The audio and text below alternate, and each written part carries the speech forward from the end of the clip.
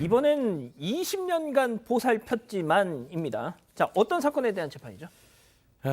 딸을 살해한 72년생 어머니가 재판에 넘겨졌습니다.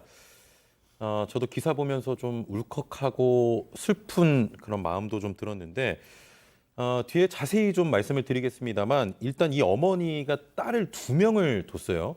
첫째 딸이 이제 지적 장애와 자폐를 가진 딸이었는데 20년 넘게 이제 보살폈습니다. 그런데 이제 둘째 딸이 15살인데 백혈병 이제 진단을 받습니다. 자, 그러던 중 그 첫째 딸, 자폐를 가진 첫째 딸이 냉장고 문을 열고 의자를 미는 등의 폭력적인 행동을 보이기 시작하는 겁니다. 그래서 자, 20년 넘게 돌봐왔던 이 어머니가 딸과 함께 죽기로 결심을 합니다. 그래서 딸의 목을 졸라 살해했고요. 극단적인 선택을 본인도 시도했습니다만 실패하고 결국 지난 4월 살인 혐의로 법정에 서게 됐습니다. 자, 그럼 일단 뭐 사연은 있겠지만 뭐가 됐든 딸을 살해한 건 맞습니다. 이 엄마. 자, 그럼 어떤 판결을 받았나요? 여기도요. 똑같이 징역 3년에 집행유예 5년의 이것도 판결을 집행유예예요? 받았습니다. 조금 전에 한 거하고 똑같은 그러네요. 3년에 5년이지 않습니까? 재판부의 판결 이유를 보게 되면 이런 얘기를 합니다. 아니, 부모라고 해서 자녀의 생사를 결정할 수 있는 권리는 없는 거다. 게다가 장애가 있다라는 이유는 더더군다나 변명이 될 수가 없고 오히려 이 취약한 피해자를 해친 거기 때문에 더 비난성 가능성이 크다라고 얘기하면 엄하게 처벌할 것 같잖아요. 예. 그런데도 징역 3년에 집행유예 5년을 선고를 했고 거기에 대해서 재판부는 딱한 사정이 있다라고 덧붙였습니다. 자, 그 재판부가 얘기한 딱한 사정이 과연 무엇일까? 자, 일단 앞서 이 최영진 리포터가 얘기한 것처럼 이 자폐 이 증세가 있는 큰 딸을 돌봤는데 둘째 딸이 또 나중에 또 큰 병을 앓게 돼서 이중고가 됐어요. 자, 그런데 거기다 하나 더 해가지고 무슨 일이 또 벌어졌다면서요? 네, 남편까지도 사망을 하게 된 건데요. 일단 먼저 첫째 딸은 뭐 중증 자폐 증세, 지적 장애 증세가 있었던 거고요. 20년 가까이 이제 돌보던 와중에 둘째 딸 역시 백혈병 진단을 받은 겁니다. 이때 둘째 딸의 나이가 15살이었는데요. 그러니까 첫째 딸, 둘째 딸 모두 본인이 돌봐줘야 하는 그런 상황이 된 겁니다. 그래서 육체적, 정신적 피로가 누적되어 갔던 걸로 보이는데 그때 이 사건 3개월 전에 본인의 남편까지도 갑작스럽게 사망을 하게 됩니다. 그래서 극도의 스트레스에 시달리게 됐던 상황이었고요. 극단적인 선택을 시도해서 중환자실에 입원하기도 했습니다. 그러던 와중에 이 첫째 딸이 폭력적인 행동을 보이게 되는데 그런 것에 많이 실망을 하고 이런 범행을 결심한 걸로 지금 추정되는 상황입니다. 그렇군요. 다시 한번 정리를 하자면 이겁니다. 자, 큰 딸은 이런 폭력적인 성향을 보이는 자폐 증세가 있는 정말 20년 동안 그 뒤치다꺼리를 했던 엄마입니다. 자, 그런데 둘째 딸은 백혈병까지 걸렸습니다.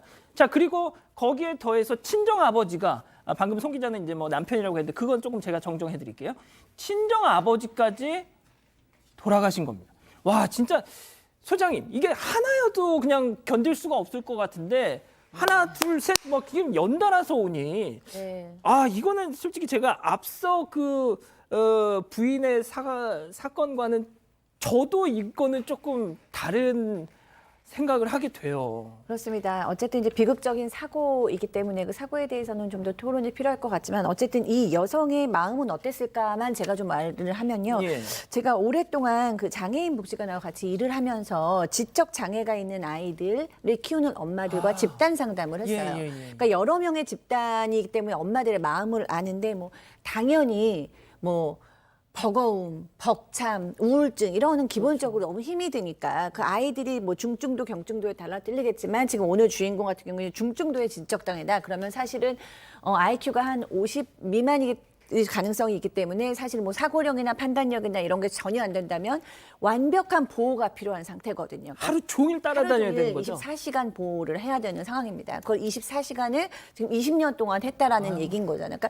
굉장히 엄마들이 우울하고 지치는 상태인데 거기에 두 가지 감정이 더 있다는 걸 제가 알았어요. 예. 뭐냐면 하나는 내 잘못이 아니라 선천적으로 이런 장애를 가지고 태어났음에도 불구하고 엄마들은 죄책감을 갖습니다.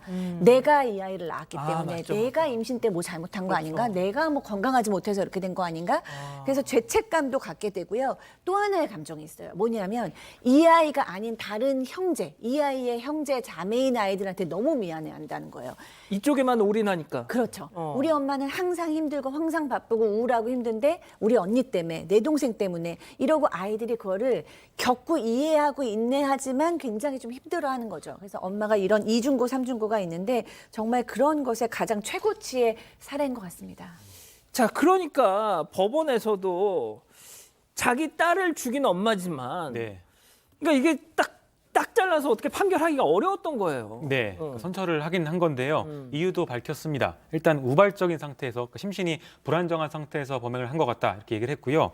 또 피고인한테 집행유예를 선고해서 투병 중인 둘째 딸을 돌보게 함으로써 첫째 딸에게 못다 준 사랑을 베풀 수 있게 하는 게 형벌의 목적에 비춰볼 때도 실형 선고보다 더 적합한 것으로 판단된다면서 집행유예를 선고했습니다.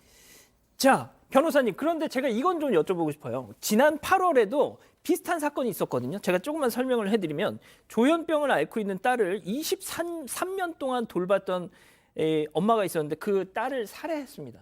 자, 그런데 이제 번아웃 증후군이라고 해서 진짜 막 뭐 소장님 말씀하신 것처럼 그냥 뭐 몸도 마음도 다 그냥 그 극단의 상황이었던 거죠. 예?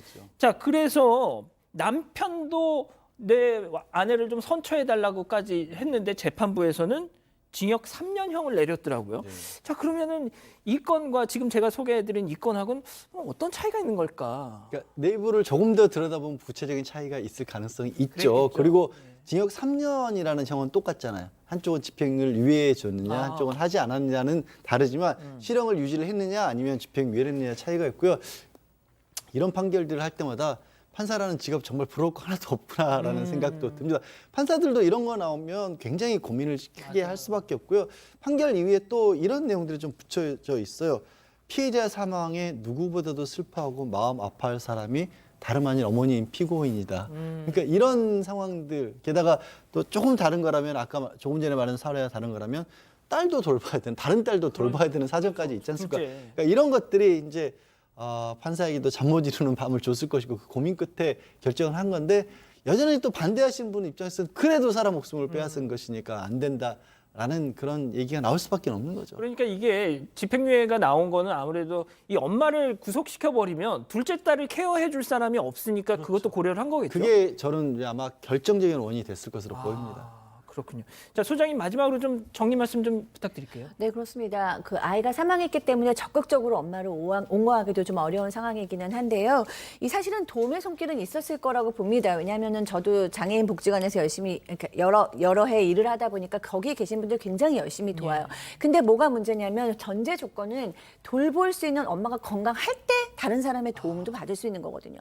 엄마가 너무 절망하고 번아웃되고 우울하면 사실은 엄마의 힘을 끄집어내는 게 첫 번째인데 그럴 수 없는 지경에까지 이른 케이스가 아니었나라는 생각이 듭니다. 지금 우리 가족 여러분들의 대체적인 반응도 이거는 좀 이번 재판부의 판단이 현명했던 것 같다. 이렇게 대부분 또 말씀을 주시고 계십니다.